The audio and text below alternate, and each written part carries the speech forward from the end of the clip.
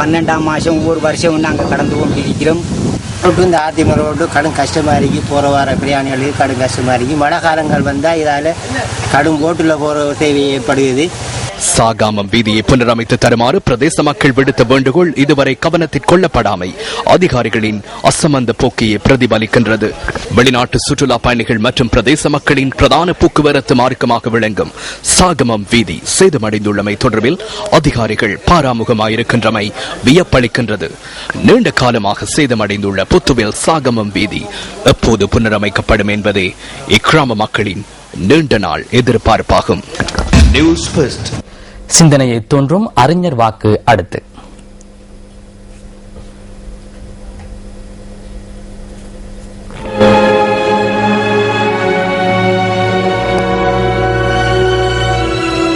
ஒரு விடயத்தை நிறைவேற்றும் வரை அது நிறைவேற்ற முடியாததாகவே தோற்றமளிக்கும். நெல்சன் மாண்டேலா, தென் அமெரிக்காவின் முன்னாள் ஜனாதிபதி.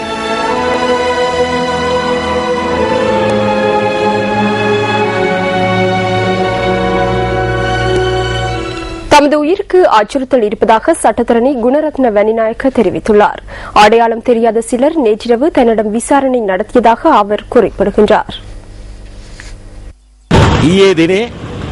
කිසියම් නාදුන උජ්ජලේ වාහනයකින් ගිහිල්ලා අපේ ගෙදරට දෙවතාවක් ගිහිල්ලා තිබෙනවා. அடையாளம் தெரியாத சிலர் நேற்று பகல் வாகனம் ஒன்றில் எனது வீட்டுக்கு சென்றுள்ளனர். 2 தடவைகள் அங்கு சென்றுள்ளனர். வன்னிநாயக்கையார் அவர் கதிர்காமத்துக்கு சென்றுள்ளாரா என வீட்டு பணிப்பெண்ணிடம் கேட்டுள்ளனர். ஐயா நீதிமன்றத்தில் இருக்கிறார் என அவர் பதிலளித்துள்ளார். நான் கடமையில் ஈடுபட்டிருந்தேன். எனது வாகன சாரதி புதுக்கடை நீதிமன்றம் அருகே இருந்த போது இது அடையாளம் தெரியாத குழுவினர் அங்கு சென்று இது வன்னிநாயக்கவின் வாகனமா என்று வினவியுள்ளனர். 2:15 அளவில் இருவர் நீதிமன்ற வளாகத்திற்குள் வந்தனர். வன்னிநாயக்க நீங்களா என என்னிடம் வினவினர். ஆம் என பதிலளித்தேன். அதன் பின்னர் எனது விசிட்டிங் கார்டை தருமாறு கேட்டனர். நானும் அதனை கொடுத்தேன். அதன் பின்பு அவர்கள் மீது சந்தேகம் ஏற்பட்டது. அவர்கள் வழக்கின் நிமித்தம் வந்தவர்களாக தெரியவில்லை. பின்னர் அவர்கள் வாகனம் ஒன்று கரையில் நின்று கலந்துரையாடுவதை நான் கண்காணித்தேன். நுழைவாயிலுக்கு அருகில் சென்று அவர்களை மீண்டும் வருமாறு நான் சைகை காட்டினேன். என் சாரதியிடம் சட்டவிரோத ஆயுதம் இருப்பதாக அவர்கள் என்னிடம் தெரிவித்தனர். அது குறித்து விசாரிப்பதற்காக நாம் இங்கு வந்துள்ளோம் என்றனர். இதனை அடுத்து எனது சாரதியை அவ்விடத்திற்கு வரவழைத்து அவர்களுக்கு அறிமுகப்படுத்தினேன். ஐயா, நமக்கு தவறு நேர்ந்து விட்டது, மன்னித்து விடுங்கள் என கூறிவிட்டு அவர்கள் வெளியேறிவிட்டார்கள்.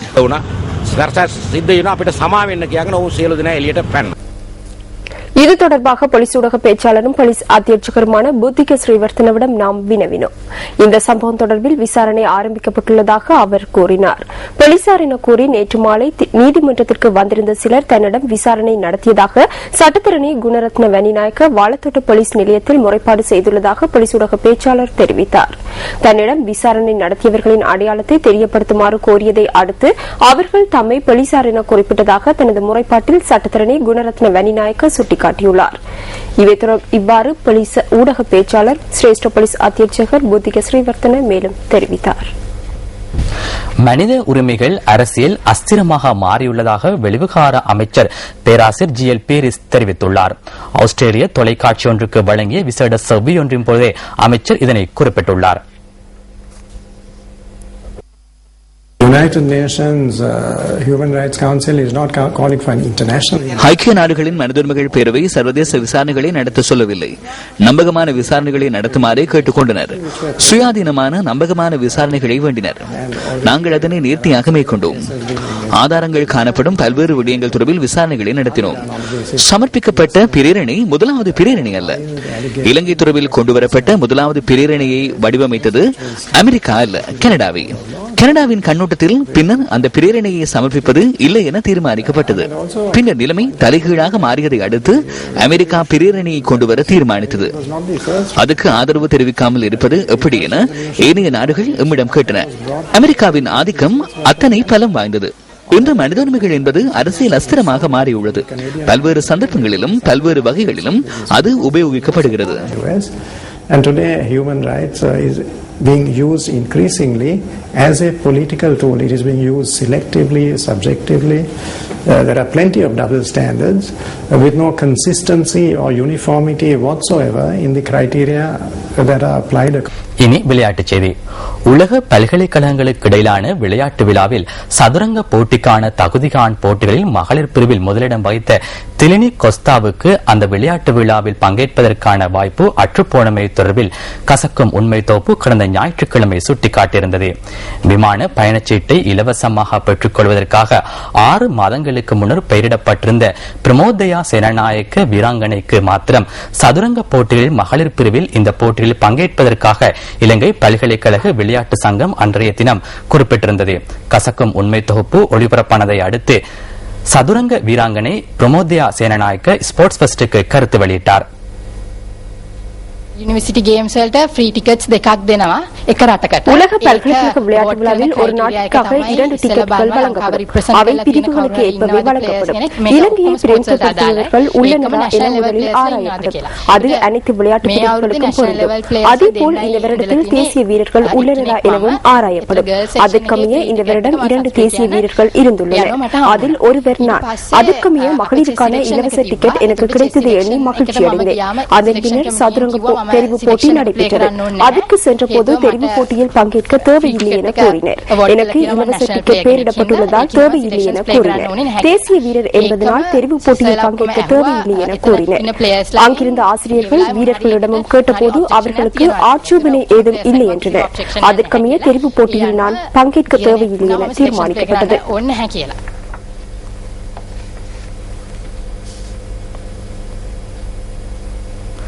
உலக பல்கலைக்கழக விளையாட்டு விழாவில் பங்கேற்கும் வாய்ப்பை இழந்த சதுரங்க வீராங்கனை திலினி கொஸ்தவத்த இன்று இது குறித்து தனது கவலையை மீண்டும் தெரிவித்தார்.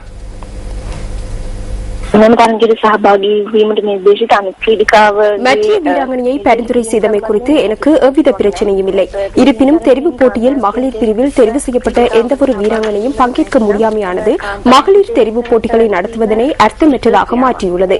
இலங்கையை பிரதிநிதித்துவப்படுத்தி நடுவர் ஒருவர் கலந்து கொண்டிருந்தால் 6 வீராங்கனைகள் பங்கேற்றிருக்கலாம். அதிகாரிகளின் கவனஈனத்தினால் அது 2ஆக குறைந்துள்ளது. இது குறித்து உயர்மட்ட அதிகாரிகளை தெளிவுபடுத்தினாலும் எவ்வித பலனும் இல்லை. பல்வேறு சந்தர்ப்பங்களில் பல்வேறு கருத்துக்களை வெளியிடுகின்றனர்.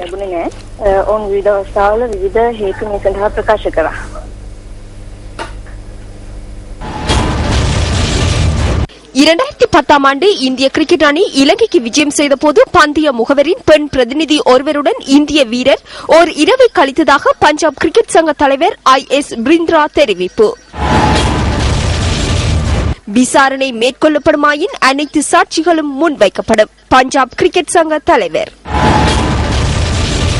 பிரிந்த்ரா சுட்டிக்காட்டியதை இலங்கை கிரிக்கெட் நிறுவனத்தின் முன்னாள் தலைவர் திலங்க சுமதிபால உறுதி செய்தார். உண்மையை அறிந்து கொள்வதற்கான விசாரணை எப்போது முன்னெடுக்கப்படும்?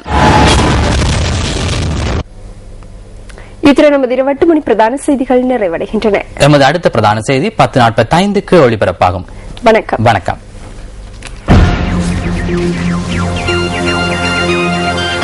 Hotline 0114-896-896. www.newsfirst.lk. Feedback at newsfirst.lk.